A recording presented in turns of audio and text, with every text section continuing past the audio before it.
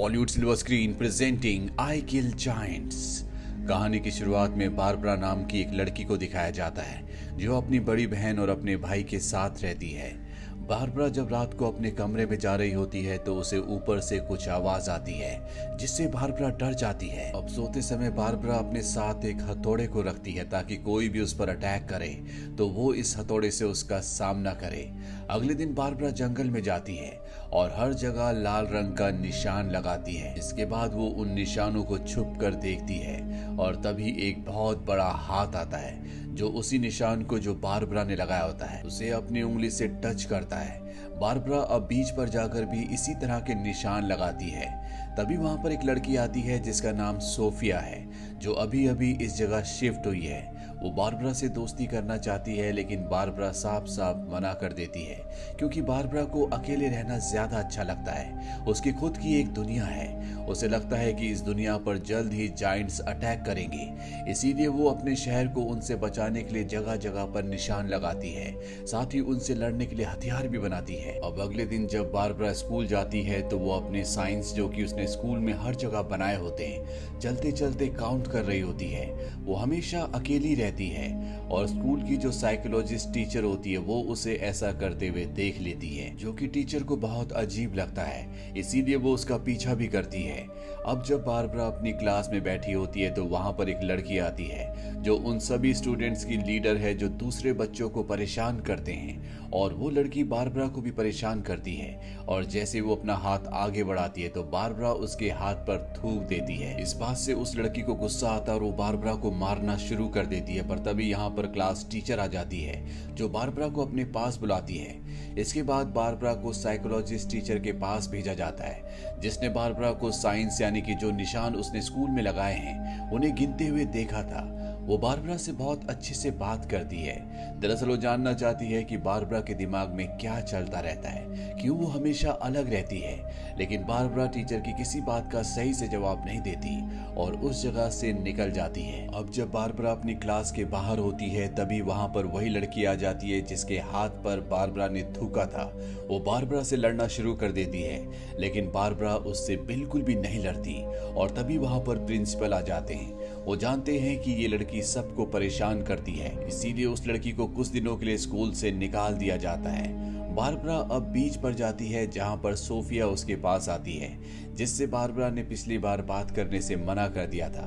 Sophia और Barbara अब आपस में बात करते हैं, इन दोनों की दोस्ती हो जाती है।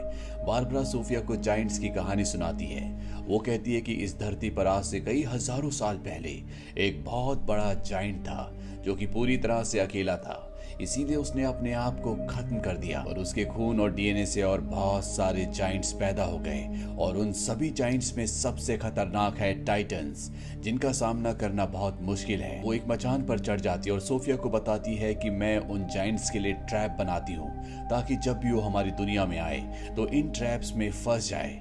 साथ ही कहती है कि मेरे बैग में एक छोटी सी हथौड़ी है जो उन्हीं जायंट्स की हड्डियों से बनी हुई है। इस हथौड़ी से उन जायंट्स को मारा जा सकता है। अब जब वो सोफिया से बात कर ही रही होती है कि तभी यहाँ पर उसे आसमान में बहुत सारे पंछी उड़ते हुए नजर आते हैं, साथ ही समंदर में अजीब सी लहरें उड़ती हुई नजर आती है। वो समझ जाती है कि जायंट यहाँ पर आने वाला है, इसीलिए वहां से जाने लगती है और सोफिया को कहती है कि तुम मुझसे दूर ही रहना क्योंकि उसे लगता है कि जो भी उसके करीब आता है जायंट उसे कुछ न कुछ नुकसान जरूर पहुंचाते हैं। अब वो एक जंगल में जाती है जहां वो एक रस्सी को दो पेड़ों के साथ बांध देती है और हमें पेड़ों के उस तरफ एक बहुत बड़े जायंट को दिखाया जाता है। अब जब उसने रस्सी बांध दी है तो जायंट यहाँ से लौटकर वापस चला जाता है। इसके बाद बारबरा अपने घर पर वापस आ जाती है और जब वो नीचे बैठी होती है तो एक बार फिर से उसे ऊपर से आवाज आती है। बारबरा हिम्मत करके ऊपर जाने लगती है और वहां पर उसे एक अजीब से क्रिएचर की परछाई दिखती है जो कि एक जायंट है। बारबरा डरकर वापस नीचे आ जाती है। अब अगले दिन जब वो स्कूल जाती है तो वो अपनी उसी टीचर से मिलती है जो साइकोलॉजिस्ट है। बारबरा इस बार उससे अच्छे से बात करती है।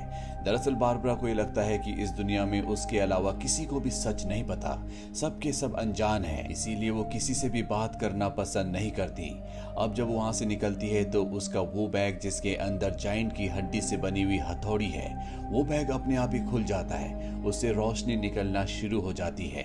दरअसल इस बैग को तभी खोलना था जब उसके सामने कोई जाइंट आता, और अब जबकि ये बैग पहले खुल चुका है तो उसे कुछ शक होता है और वो जंगल की तरफ भागना शुरू कर देती है। सोफिया भी उसे देख लेती है, वो भी उसके पीछे पीछे जंगल तक पहुंच जाती है जहां पर बारबरा जाइंट्स को ढूंढ रही होती है। सोफिया उसे समझाती है कि जाइंट्स जैसी कोई चीज इस दुनिया में नहीं होती, लेकिन बारबरा उसकी बात पर बिल्कुल भी ध्यान नहीं देती। और तभी उसे वहां पर एक हिरन दिखता है जो कि मरा हुआ है, किसी ने उसे बुरी तरह से मारा हुआ है। ये देखकर वो समझ जाती है कि इसे जाइंट्स ने मारा है, लेकिन सोफिया डर जाती है और वहां से भाग जाती है। अब जब बारबरा जंगल में अकेली होती है तभी उसके सामने एक जाइंट आता है। वो उसे बताता है कि जाइंट बहुत ताकतवर है, तुम चाहकर भी उनका सामना नहीं कर सकती, तुम एक छोटी बच्ची हो और वैसे भी जाइंट्स बहुत जल्दी तुम्हारी दुनिया में आने वाले हैं। अब जब बारबरा अगले दिन स्कूल जाती है तो उसकी वही टीचर जो कि साइकोलॉजिस्ट है उसे अपने पास बुलाती है।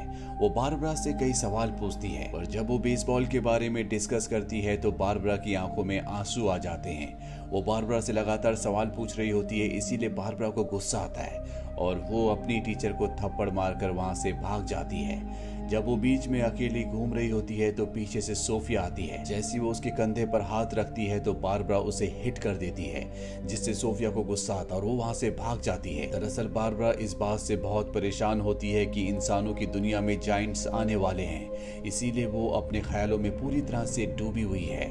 अब वो जब अपने घर पर जाती है तो उसकी बड़ी बहन भी उसकी मदद करना चाहती है। वो कहती है अगर तुम्हें कोई परेशानी है तो मुझे बताओ, पर बारबरा किसी से कुछ भी डिस्कस नहीं करना चाहती। अगले दिन जब सोफिया स्कूल जाती है तो उसे वही लड़की मिलती है जिसे सस्पेंड कर दिया गया था। वो सोफिया के पास आती है। सोफिया बारबरा से बहुत गुस्सा होती है, इसीलिए वो उस लड़की को सब कुछ बता देती है कि बारबरा क्या सोचती है, वो कहाँ जाती है और क्या करती है। वो लड़की उन सभी जगहों पर जाती है जहां पर बारबरा ने जाइंट्स के लिए ट्रैप लगाए होते हैं और उन ट्रैप्स को तोड़ना शुरू कर देती है। पर तभी वहां पर बारबरा भी आ जाती है। बारबरा को देखकर बहुत गुस्सा आता है और वो अपने बैग से उस छोटी सी हथौड़ी को निकालती है जो कि हड्डी से बनी हुई है, जिसके बारे में उसका मानना है कि इस हथौड़ी से जाइंट्स को मारा जा सकता है। लेकिन इससे पहले कि वो इस हथौड़ी का इस्तेमाल करती, वो लड़की और उसके जितने भी साथी होते हैं वो सब के सब बारबरा को बहुत बुरी तरह से मारते हैं। बारबरा बेहोश हो जाती है और जब उसकी आंखें खुलती है तो वो अपने घर के ऊपर वाले उसी कमरे में होती है जहां से उसे हमेशा आवाजें आती है, जहां पर उसे किसी की परछाई दिखी थी। ये देखकर वो डर जाती है क्योंकि वो ऊपर कभी भी नहीं आती। और जब वो कमरे के बाहर आती है तो वहां पर सोफिया होती है। वो सोफिया से कहती है कि तुम मुझे यहाँ पर क्यों लेकर आई, यहाँ पर जाइंट्स रहते हैं। ये सुनकर सोफिया डर जाती है और वहां से भाग जाती है। अब बारबरा अपनी टीचर के पास जाती है जिसे उसने थप्पड़ मारा था। वो उनसे बात करना चाहती है लेकिन वो अपने बच्चे और अपने हस्बैंड के साथ बिजी होती है। लेकिन जब बारबरा उनसे कहती है कि पूरी दुनिया खत्म होने वाली है तो उसकी टीचर समझ जाती है कि बारबरा को कुछ ना कुछ प्रॉब्लम है और इससे पहले कि वो उससे बात करती, बारबरा वहां से भागकर वापस जंगल में आ जाती है जहां वो एक सुनसान जगह में बैठकर अपने चारों तरफ नुकीली लकड़ियां लगा देती है ताकि अगर कोई भी जाइंट यहाँ पर आए तो उस तक ना पहुंच पाए। वहीं स्कूल में सोफिया को दिखाया जाता है जो अपनी साइकोलॉजिस्ट टीचर के पास जाती है और उन्हें बारबरा के बारे में बहुत कुछ बताती है। बारबरा 2 दिन से स्कूल नहीं आई होती, इसीलिए दोनों के दोनों बारबरा के घर पर जाते हैं। बारबरा की बड़ी बहन को ये जानकर बहुत हैरानी होती है कि बारबरा 2 दिनों से स्कूल नहीं गई। अब सोफिया नीचे बेसमेंट में जाती है जहां पर उसे एक टेप रिकॉर्डर मिलता है जिसमें बारबरा और उसकी मॉम की आवाज रिकॉर्ड होती है। बारबरा की मॉम उसे एक प्लेयर के बारे में बता रही होती है जिसका नाम कॉस्की होता है, जो कि एक बेसबॉल प्लेयर था और उसने अकेले ही एक बहुत बड़ी टीम को हराया था जिसका नाम जाइंट था और इसके बाद कॉस्की का नाम जाइंट किलर पड़ गया था। साथ ही बारबरा के पास जो बैग होता है जिसके अंदर उसकी हड्डी वाली हैमर थी, उस बैग के बाहर भी कॉस्की लिखा था। और अब सोफिया जब सब कुछ जान चुकी है तो वो बारबरा तक पहुंच जाती है। वो बारबरा से कहती है कि तुमने मुझे अपनी मॉम के बारे में क्यों नहीं बताया। बारबरा उसकी बात का जवाब नहीं देती। सोफिया कहती है कि इस दुनिया में कोई भी जाइंट नहीं है, कोई आने वाला नहीं है, जो कुछ है वो तुम्हारे दिमाग का भ्रम है। लेकिन बारबरा उसकी बातों पर यकीन नहीं करती बल्कि उस पर चिल्लाना शुरू कर देती है क्योंकि उसी की वजह से उसके सारे ट्रैप नष्ट हो गए होते हैं। साथ ही अब उसके पास वो हड्डी वाली हैमर यानी कि हथौड़ी भी नहीं होती जिससे वो जाइंट्स का सामना कर सकती है। दरअसल बारबरा किसी की भी बात पर यकीन करने को तैयार नहीं है। अब अगली रात को दिखाया जाता है कि जहां पर बारबरा छुपी हुई है ये एक अबेंडन ट्रेन स्टेशन है और यहाँ पर उसे एक बहुत बड़ा जाइंट दिखता है। बारबरा अपनी जान बचाने के लिए ट्रेन के अंदर आ जाती है, लेकिन वो जाइंट उसके ऊपर हमला करता है। बारबरा ने यहाँ पर इलेक्ट्रिक ट्रैप लगाया होता है जिससे वो आग लगा देती है और जाइंट वहीं पर जलकर मर जाता है। जब वो बाहर आती है तो वहाँ पर सोफिया भी आती है। बारबरा उसे कहती है कि मैंने उस जाइंट को मारकर तुम सबकी जान बचा ली है। अब अगले दिन बताया जाता है कि शहर में एक बहुत बड़ा तूफान आने वाला है और उस वक्त बारबरा बीच के किनारे होती है। दरअसल वो जाइंट्स के लिए ट्रैप बिछा रही है। उसे लगता है कि जाइंट्स अब आने वाले हैं, लेकिन वहां पर उसकी साइकोलॉजिस्ट टीचर पहुंच जाती है। वो बारबरा को घर चलने के लिए कहती है, लेकिन बारबरा साफ साफ मना कर देती है। वो कहती है मुझे जाइंट से लड़ना होगा। उसकी टीचर कहती है कि तुम्हें तुम्हारी मॉम के पास जाना चाहिए, वो बीमार है। पर बारबरा उनकी किसी बात को भी एक्सेप्ट नहीं करना चाहती। वो उन्हें धक्का देकर वहां से भाग जाती है। वो एक दूसरी जगह पहुंचती है जहां पर सोफिया भी होती है।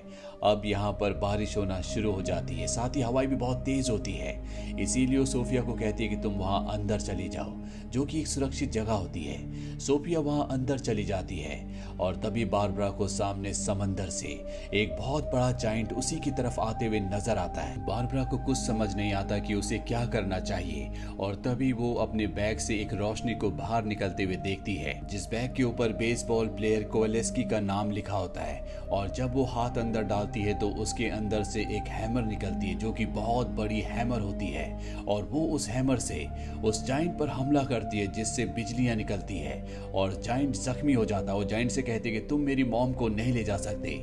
जाइंट उससे कहता है कि मैं तुम्हारी मॉम के लिए नहीं बल्कि तुम्हारे लिए आया हूँ। ये सुनने के बाद बारबरा कहती है ठीक है, तुम मुझे मार सकते हो।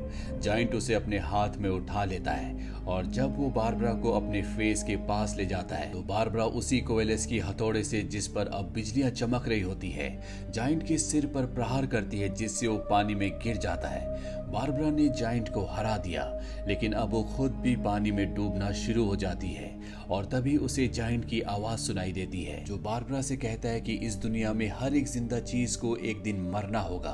अगर कोई मौत से भाग रहा है, इसका मतलब ये है कि वो जिंदगी से भाग रहा है। इंसान को हर एक पल को, हर एक चीज को एंजॉय करना चाहिए। उस चीज को कभी भी कंट्रोल नहीं करना चाहिए जो ईश्वर ने इस दुनिया में बनाई है, और मौत भी उनमें से एक है। इसके बाद बारबरा तैरकर ऊपर आ जाती है, जहां पर उसे सोफिया मिलती है। अगले दिन दिखाया जाता है बारबरा अपने घर पर है और वो सीढ़ियों से ऊपर जाती है, जहां से उसे हमेशा आवाज आती थी, जहां पर उसे जाइंट दिखा करता था। और जब वो ऊपर जाती है तो वहां पर उसकी मॉम होती है, जो कि बहुत ज्यादा बीमार है। दरअसल वो उसकी मॉम ही थी जो बार बार उसे ऊपर बुलाया करती थी, लेकिन बारबरा सच्चाई का सामना नहीं करना चाहती थी, इसीलिए कभी ऊपर नहीं आई। लेकिन अब वो अपनी मॉम के पास जाती है, उनसे माफी मांगती है, क्योंकि उसने सच्चाई का सामना कर लिया है कि वो चाहकर भी अपनी मॉम को नहीं बचा सकती। समर वेकेशंस के बाद दिखाया जाता है कि बारबरा की मॉम अब इस दुनिया में नहीं रही, लेकिन बारबरा ने इस सच्चाई को एक्सेप्ट कर लिया है। साथ ही वो अपनी दोस्त सोफिया और अपनी साइकोलॉजिस्ट टीचर के साथ भी अपने रिश्ते पहले से भी बेहतर कर लेती है, यानी कि अब वो उन दोनों की बहुत क्लोज है। अब स्कूल खुलने के पहले दिन की रात को जब वो अपने कमरे में सो रही होती है तो उसे टाइटन की आवाज आती है, और जब वो बाहर जाती है तो वहां पर टाइटन होता है। बारबरा टाइटन को थैंक्स और गुड बाय कहती है और इसके बाद वापस अपने कमरे में सोने के लिए आ जाती है। दरअसल इस कहानी में जो हमें टाइटन यानी कि जो हमें मॉन्स्टर्स और जाइंट्स दिखाए गए हैं, वो न सिर्फ इंसानों की बल्कि इस धरती पर सांस लेने वाले हर एक जीव की वो सच्चाई है, जिससे वो कभी भाग नहीं सकता, कभी बच नहीं सकता। और जो लोग इससे भागने और बचने की कोशिश करते हैं वो हमेशा अपनी जिंदगी में दुखी रहते हैं। दरअसल वो अपने आप से भाग रहे होते हैं, सच्चाई से भाग रहे होते हैं। इसीलिए अगर आप जिंदगी में खुशियां चाहते हो तो आपको अपनी जिंदगी में हर उस चीज को एक्सेप्ट करना होगा जो आपके साथ हो रही है, जो आपके आसपास घट रही है। तभी आप खुश रह सकते हो, जिंदगी को एंजॉय कर सकते हो। जब किसी इंसान को लॉस होता है या वो किसी को खोता है तो वो दुखी हो जाता है, पर वो ये भूल जाता है कि कभी न कभी उससे फायदा भी हुआ होगा, कभी न कभी उसने किसी को पाया भी होगा। अगर आप किसी भी काम में प्रॉफिट के, किसी को पाने के या खुशी के हकदार हो, तो आप लॉस के, किसी को खोने के और दुख के भी हकदार हो, क्योंकि जिस दुनिया में हम रहते हैं ये सब चीजें उसी का हिस्सा है, और जो इन्हें एक्सेप्ट करते हैं वही जिंदगी जी पाते हैं। तो ये थी कहानी फिल्म आई किल जाइंट्स की। ये फिल्म ईयर 2017 में रिलीज हुई थी। IMDb पर इसकी रेटिंग है 6.1। उम्मीद करते हैं कि ये कहानी आपको पसंद आई होगी।